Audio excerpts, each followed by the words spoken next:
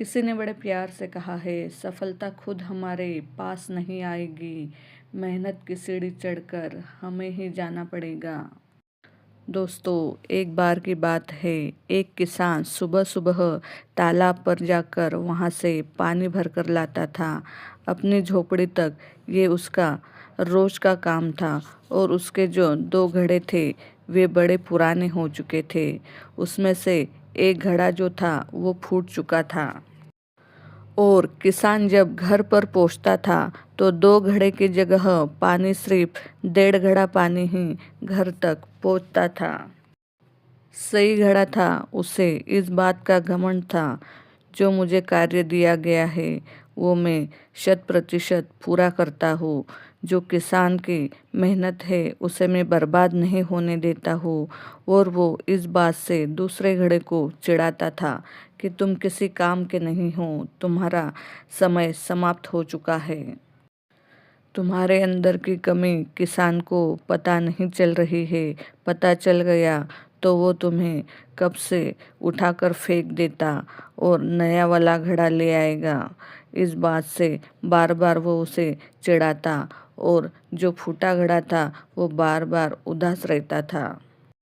वो सोचा करता था कि वो बेचारा किसान जो इतनी मेहनत करके इतने दूर से मुझे पानी भर में लाता है और मैं उसका पानी उसको आधा ही देता हूँ। मैं किस काम का हूँ, मैं कुछ काम का नहीं हूँ।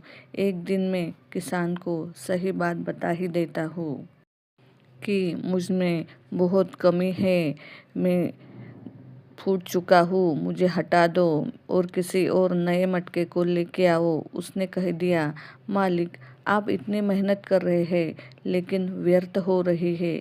आप 2 घड़ा पानी भर कर लाना चाहते हैं लेकिन सुबह सुबह मैं फूट चुका हूँ, मुझ में पानी रिसने लगा है। आप 2 घड़े की जगह सिर्फ 1.5 घड़ा ही पानी ले जा रहे हैं और अब समय आ गया है, मुझे जाना होगा। मालिक मुझे आप छोड़ दीजिए, मेरी जगह और एक नया मटका लेके आइए, नया घड़ा लेके आइए।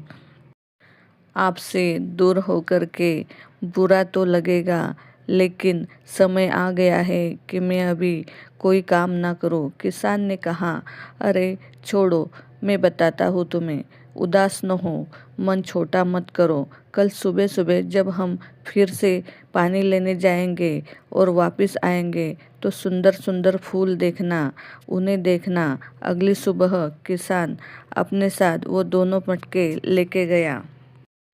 तालाब में से पानी भरकर लाया तो जो फूटा घड़ा था उसने देखा कि सुंदर सुंदर फूल जो है रास्ते में थे।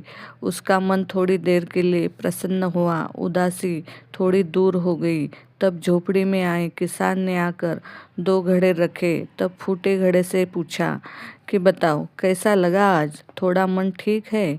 रास्ते में जो फूल थे वो देखे तो उसने कहा, हाँ आज तो थोड़ा मन प्रसन्न है, सुंदर सुंदर फूल देखने को मिले हैं, लेकिन अब फिर उदास हो गया हूँ। पुराना घड़ा बोला, जो आपने पूरा घड़ा पानी भर कर लाया था अब वो आधा ही हो गया है और मैं अब क्या करूँ, आपकी मेहनत फिर से 1.5 हो गई है, 2 नहीं रह पाई। किसान ने कहा, अरे तुम भूल गए, तुमने शायद ध्यान नहीं दिया, जो सुंदर फूल थे वो तुम्हारे तरफ से ही थे। दूसरे तरफ से जो सही घड़ा है उस तरफ कोई फूल नहीं थे, सिर्फ तुम्हारी तरफ थे। पता है क्यों? क्योंकि मुझे बहुत समय से पता है कि तुम फट चुके हो, तुम फूट चुके हो, तुम में से पानी रिसने लगा है। तो मैंने क्या किया, मैं बाजार गया, वहाँ से बीज लाया।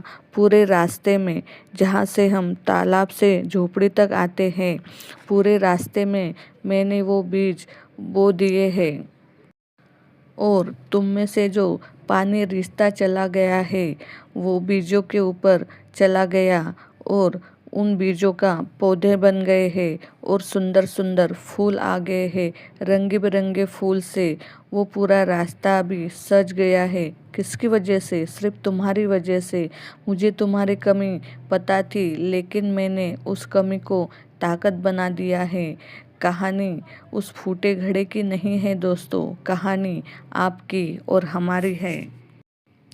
इस दुनिया में कोई भी सर्वगुण संपन्न नहीं होता, कमियां सब में होती है, लेकिन अपनी कमियों पर काम करना शुरू कीजिए और उसे अपनी ताकत बना लीजिए और खुद को स्वीकारना शुरू कीजिए।